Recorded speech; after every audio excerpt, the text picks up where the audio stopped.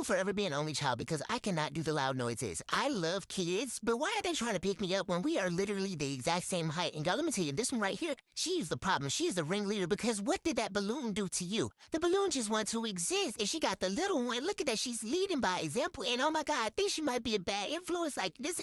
I just don't understand. What did the balloons do to you? And y'all, she's talking about the balloon was grounded for 15 years because it tried to get away. And she said it needed to get back in the room. 15 years is crazy. Then we went to sing happy birthday like they wasn't acting, a little interesting. And then they did a race on the hall. How the birthday girl gonna lose the race on her birthday? But I promise they're sweet, sweet babies, and I really do love them when they're being quiet. Okay, love you guys. Bye.